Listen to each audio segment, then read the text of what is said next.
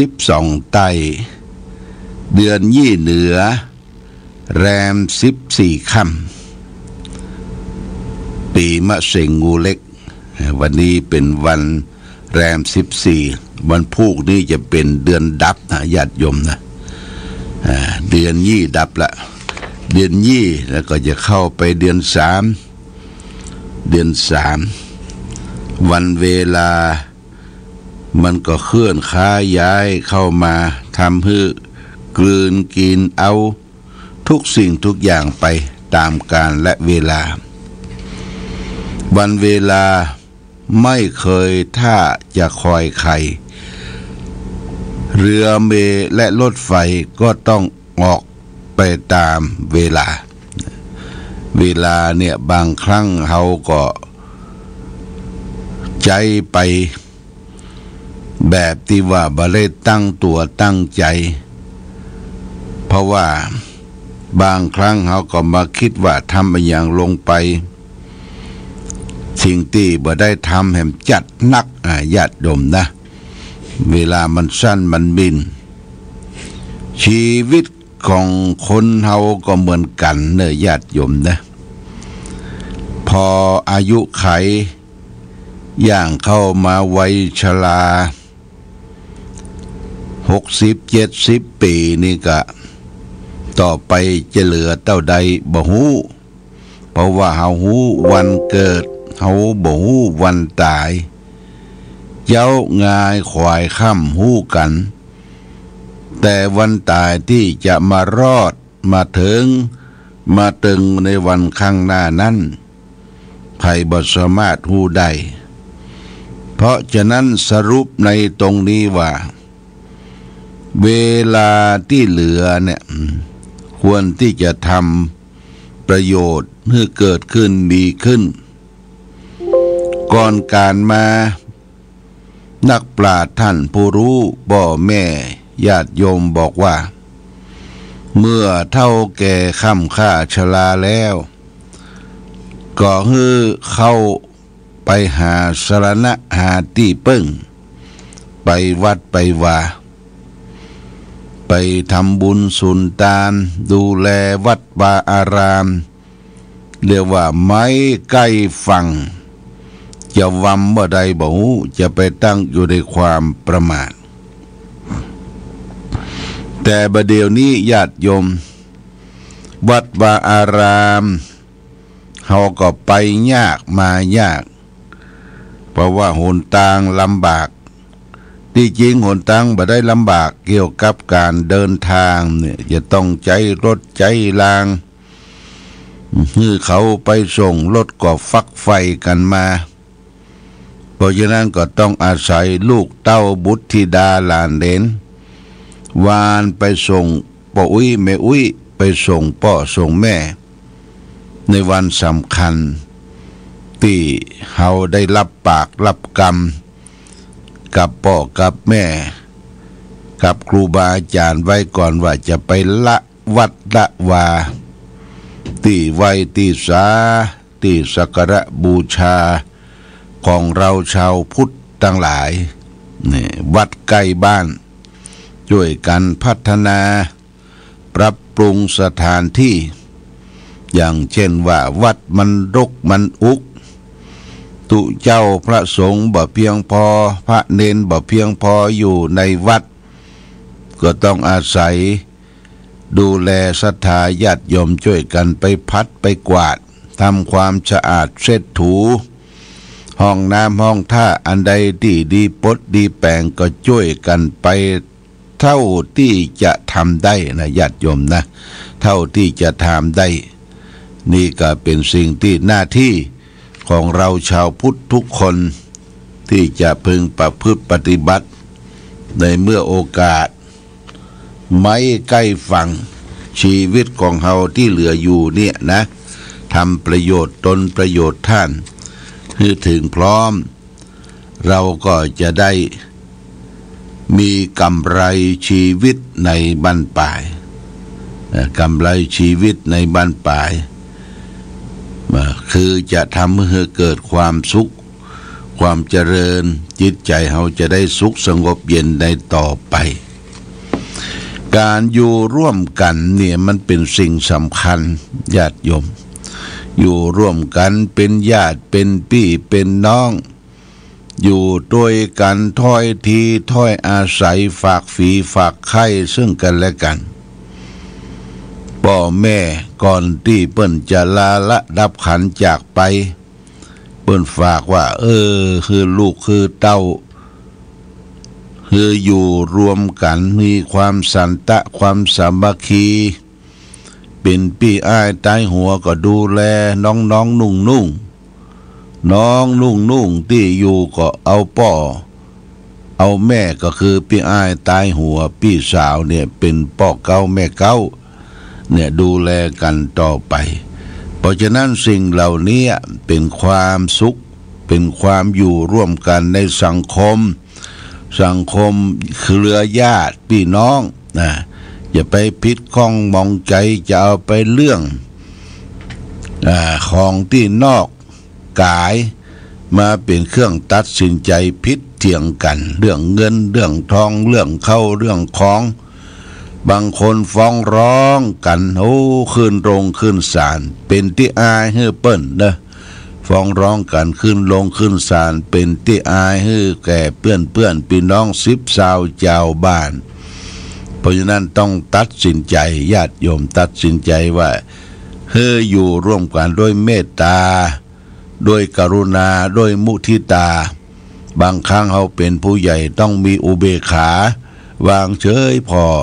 อย่าไปจ้ำจี้จ้ำใจมากนักจนเกินไปวันนี้จะเอาเรื่องของผู้มีญาตินักเนี่ยนะผู้มีญาตินักยังประโยชน์ให้เกิดความสำเร็จผู้มีญาตินักเนี่ยยังประโยชน์ให้เกิดความสำเร็จพระพุทธเจ้าตรัสไว้ในพุทธภาษิตว่าสาธุสัพพหุลายาติสาธุสัพพหุรายาติงยาติงนะญาติโยมอันนี้ตัดไว้ในพระไตรปิฎกเล่มที่27หน้า23แปลว่ามีญาติมากเนี่ยยังประโยชน์ให้สำเร็จญาติแปลว่าพี่น้องที่ยังนับรู้กันอยู่ด้วยกันหมายถึงสายสืบเลี้ยงมาจากวงศาคณาญาติตระกูลหรือพี่น้องที่อยู่ร่วมกันใกล้ชิดกันมีความเข้าใจกันเปิ้งปะอาศัยกันเนี่ยเป็นญาติทั้งนั้นอย่างเราเป็นชาวพุทธเนี่ยชาวพุทธเปิ้นฮ้องว่าญาติธรรมญาติธรรมมีการประพฤติปฏิบัติมีพระพุทธเจ้าองค์เดียวกันมีพระรัตนตรัยพระพุทธพระธรรมพระสงฆ์ปฏิบัติอยู่ในจิตในใจเหมือนกันเรียกว่าญาติธรรมคนที่มีญาตินักเนี่ยยังประโยชน์ให้เกิดความสำเร็จเราจะทำยังทุกสิ่งทุกอย่างขั้นแรกก็จะต้องปรึกษาหารือบอกญาติบอกพี่บอกน้องอย่างเช่นว่าจะทำบุญสืบชะตาจะทำบุญขึ้นบ้านใหม่จะทำบุญอุทิศหรือว่าปล่อยเข้าสังให้พ่อให้แม่ก็ต้องไปบอกญาติพี่น้องคนบ้านใกล้เรือนเคียงแล้วก็มาร่วมกัน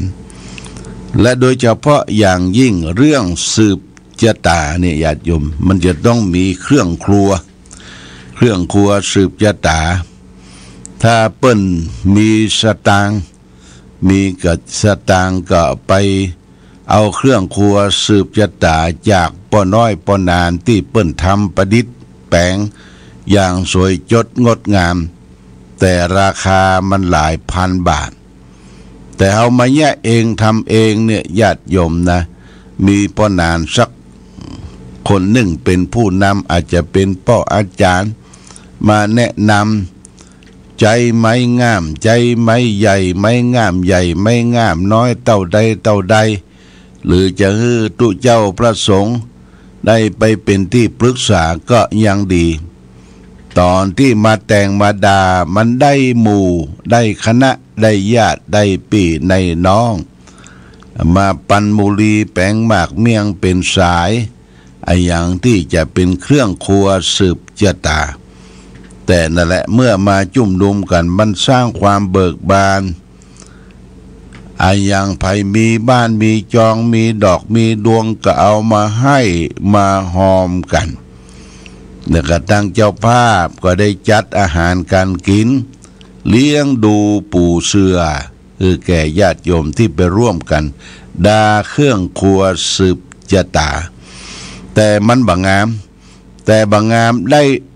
ได้น้ำใจได้น้ำใจจากพี่จากน้องวงศาคณาญาติมามาสนทนาพาทีคนที่มาแต่งมาดามาเน็บมาห่อก็ทำด้วยจิตใจอันบริสุทธิ์แต่บางงามได้น้ำใจญาติโยมนี่เป็นกุศโลบายอย่างหนึ่งการสืบชะตานั้นจะต้องมีไม้ค้ำ3 อันตามโบราณอาจารย์สืบสานมาไม้ค้ำเนี่ยถ้ามี2 อันนี่มันค้ำบ่ได้มันจะล้มเนี่ยต้องมีไม้ค้ำใหญ่3 อันไม้ค้ำใหญ่3 อันเป็นง่ามตั้งบนเอามาค้ำกันและเครื่องครัวสืบชะตานั่นก็จะมีผลหมากลากไม้มีจ้อมีตุงอย่างหลากหลายไปมีกล้าบะเป้ากล้าโกยกล้าอ้อยเอามาตั้งเปียงไว้กล้าไม้ผลไม้ต่างๆนี่ก็จะเอาไปสืบต่อไปปลูกต่อเรียกว่าการสืบชะตาของเจ้าบ้านสืบชะตาของหมู่บ้านสืบชะตาของชุมชนสืบชะตาของบุคคลที่ทำเป็นมังคละเป็นมงคลขึ้นบ้านใหม่กินแขกแต่งงานยศรับยศถาบรรดาศักดิ์หรือเป็นจอมเจาะด้อยบหายสักเตื้อก็มาดาครัวสืบชะตาร่วมกันนี่คือญาติโยมมันได้ใจได้พี่ได้น้องได้หมู่ได้คณะแต่เครื่องครัวสืบชะตาอาจจะบางงามสวยจดเพิดพริ้งเหมือนกับปน้อยปนานที่เปิ้นทำเป็นอาชีพเปิ้นทำมีความพร้อมเฮาก็ได้ใจกันนี่ทำเป็นความสามัคคีของญาติของพี่ของน้องสุโขสังคัสสะสามัคคีสมัคคนังตะโปสุโขความสมานสามัคคีของหมู่ของคณะเนี่ยนำความสุขมาให้เนญาติโยมนะนำความสุขมาให้เพราะฉะนั้นมีอย่างเราก็ต้องมีสมานสามัคคีกันเพิ่งปะอาศัยกันมือเฮา10 นิ้วญาติโยมมือ10 นิ้วแต่ละนิ้วน่ะมันก็ทำหน้าที่บ่เหมือนกันนิ้วโค้นิ้วจี้นิ้วกลางนิ้วนางนิ้วก้อยเนี่ยทำหน้าที่บ่เหมือนกันแต่ถ้าทำหน้าที่มาประสานกันเนี่ยทำอย่างสำเร็จนะญาติโยมทำอย่างสำเร็จเพราะความสมานสามัคคีของหมู่ของคณะของญาติของพี่ของน้องนี่เป็นเรื่องของความสมานสามัคคีของญาตินำความสุขมาให้เรื่องของญาตินี่มันเป็นสิ่งสำคัญญาติโยมนะเขาก็ถามเก่าเด้าเดิมว่าญาติของพ่อญาติของแม่พระกูลงุนงกมาจากที่ใดก็ถามหารากเหง้าบางทีก็มาจากเมืองเป้าบางทีก็จะมาจากสันปะตองจอมตองบางทีก็มาจากละปูนเนี่ยญาติโยมถามหาและนามสกุลก็เช่นเดียวกันนามสกุลที่เกิดขึ้นในสมัยรัชกาลที่6เนี่ยเปิ้นตั้งนามสกุลละไปจะไปเอานามสกุลก็ไปที่ว่าการที่ทำงานของข้าราชการมาตั้งเป็นนามสกุล แต่ก่อนนี่เปิ้นบ่มีนามสกุลเปิ้นเอาสร้อยของคนนั้นลักษณะคนนั้นเช่นว่าไอดีขมไอดีขมไอจันเปี้ยหรือไอนั่นไอนี้ก็ว่าไปเอากำท้ายกำสร้อยน่ะมาตั้งเป็นนามสกุลเปิ้นจะเอาบรรพบุรุษของพ่อของแม่ชื่อพ่อชื่อแม่มาตั้งเป็นวงตระกูลวงตระกูลอย่างหลวงพ่อนี่ชื่อว่ามหิงสาผลปรากฏว่าสืบสามเด้าเดิมก็มาจากป้าอุ้ยควายเป็นบรรพบุรุษและแม่อุ้ยป้อมเป็นบรรพบุรุษเปิ้นจึงเอาป้าอุ้ยควายน่ะ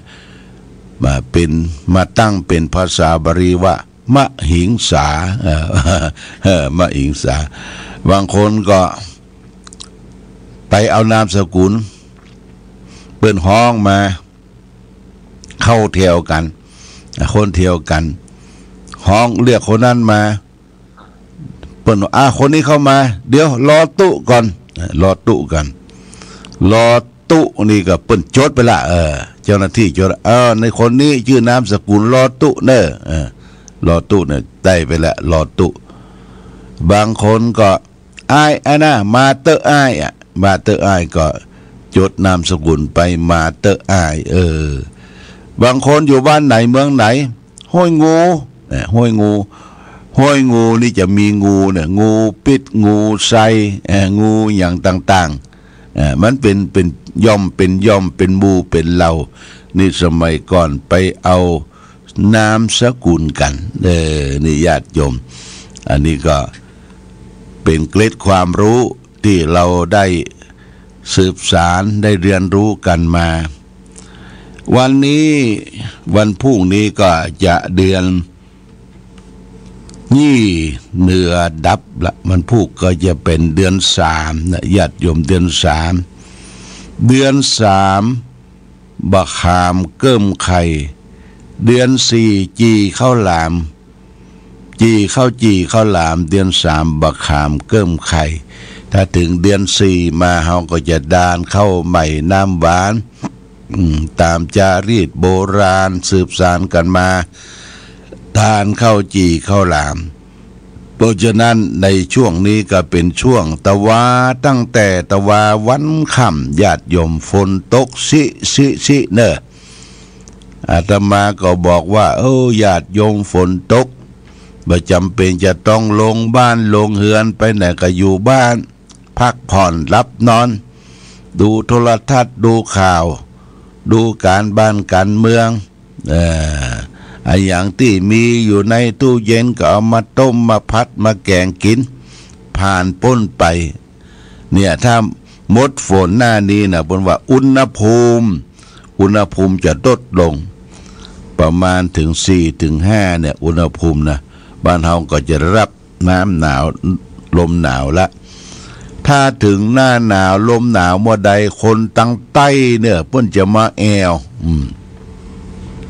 เพิ่นจะมารับลมหนาวที่บ้านเฮาเมืองเฮาตั้งจังใหม่เพิ่นก็จะไปขึ้นพุ่นดอยอินทนนท์ที่เป็นจุดสูงสุดไปพอแม่คะนิ้งนะก็คือน้ำค้างน้ำเมยตกลงบนยอดหญ้าใสเมืองมองแล้วก็ไปกลางเต็นท์ลานเต็นท์นี่เพิ่นจะมามาแหวงบ้านเฮาเป็นหลักอยู่ก็ต้อนรับมีอาหารการกินมีสำรับกับข้าวญาติโยมไปดอยอ่างขางก็ไปหนาวไปดอยอ่างขางเป็นหุบเขาพี่น้องดอยอ่างขางก็ปิ้งอันนี้หันนะไปปิ้งมันเกี๊ยวจีข้าวจีแป้งข้าวหลามต้อนรับผู้คนที่จะไปเยี่ยมไปเยียนกับกาแฟบอกว่ากาแฟนี่เป็นกาแฟบนดอยเนอะบอกคือเปิ่นกาแฟขมกาแฟดำนี่ก็ ได้ตอนรับขับสู้แขกเรือแขกมาพาไปนะญาติโยมอุตาทักษาปาศัยสินค้าโอท็อปของเฮาที่มีอยู่ตั้งเมืองฝั่งนี่มีอย่างพ้องก็พลิกเป็นการพลิกการแปลงขึ้นมาโดยเฉพาะอย่างยิ่งสินค้าสำคัญก็คืออาหารการกินเนี่ยสำคัญญาติโยมเฮาไปต่างจังหวัดต่างอำเภอก็มักจะไปถามว่าบ้านนี้เมืองนี้อำเภอนี้จังหวัดนี้อาหารที่ไหนล้ำที่ไหนอร่อยเพิ่นก็จะแนะนำทางถ้าไปทางภาคอีสานนี่ก็มีลาบอีสานมียำอีสานมีอย่างหลายอย่างเอาก็ไปจิ้มถูกรสถูกปากอร่อยถ้าเปิดมาทางเหนือก็มีลาบขมมีจิ้นส้มแคบหมูน้ำพริกอ่องนี่แกงโฮแกงโฮนั่นคือแกงที่มันหลายๆอย่างเปิ้นเอามารวมกันใส่วุ้นเส้นพ่องใส่ถั่วคลุกลงไปคั่วเจ้าออกมาเป็นแกงโฮนี่จะมาจากวัดนะญาติโยมมาจากวัดเพราะวัดเนี่ยเวลาวันศีลวันอย่างต่างๆใหญ่ๆนี่นะเข้าวัดษาออกวัดษาเนี่ยเปิ้นจะไปตานกันนักแกงโฮห่อหนึ่งโฮเนี่ยโฮนี่ก็คือเอามารวมกันคั่วเจ้าออกมาแล้วก็มีรสชาติอร่อยเลยแกงโฮก็เอาผักเอาอย่างมากับเอาบะแตงหนุ่มปอกมากับแกงโฮกินกับข้าวนึ่งข้าวนึ่งก็กี้เข้าไปนี่ญาติโยมนี่อาหารการกินพื้นบ้านพื้นเมืองเฮาอย่าไปลืมเนื้อแกงโฮน้ำพริกอ่องน้ำพริกตาแดงจิ้นส้มแคบหมูไส้อั่วทางบ้านเฮานี่ขึ้นชื่อรือนามนะญาติโยมก็ฝากไว้เรื่องอาหารการกินวันนี้ได้มามาจาท่ามกลางความเหน็บความหนาวจะเยือนเข้ามาฟ้าฝนก็จะจ้างหาไปแต่กรมอุตุนิยมเปิ้นแจ้งนี่แม่นแต่เปิ้นว่าวันที่17-18นี่นะจะมีฟ้าฝนฟ้าฝนตกเป็นทรายเป็นเครือก็ตกแต่ละญาติโยมเปิ้นวิจัยเปิ้นคำนวณออกมามีพายุเข้ามาในบ้านในจองเฮาต่อไปอุณหภูมิมันจะลดลงดูแลลูกเล็กเด็กแดงลูกหลานสาเสื้อผ้าอาภรณ์ที่อบอุ่นมาดูแลพ่อแม่ผู้มีอายุเขาก็ต้องดูแลผู้มีอายุตัวนะนี่ฝากไว้เอาละวันนี้รายการธรรมะประทีปส่องต่างได้มาพบญาติโยมท่านสาธุชนทั้งหลายก็พอจะสมควรแก่กาลเวลาขอความผาสุกความมีธรรมจงบังเกิดมีแก่ศรัทธาสาธุชนญาติโยมทุกท่านผู้ฟังทั้งหลายให้ประสบสุขโชคดีประกอบไปด้วยจตุรพิธพรชัยทั้ง4ประการคือมีอายุมั่นควรยืนให้ได้มีผิวพรรณวรรณะอันผ่องอันใสให้ได้มีความสุขกายสบายใจให้มีพลานามัยสมบูรณ์นั้นเหมือนกันทุกรูปทุกท่านทุกคนโดยเถิด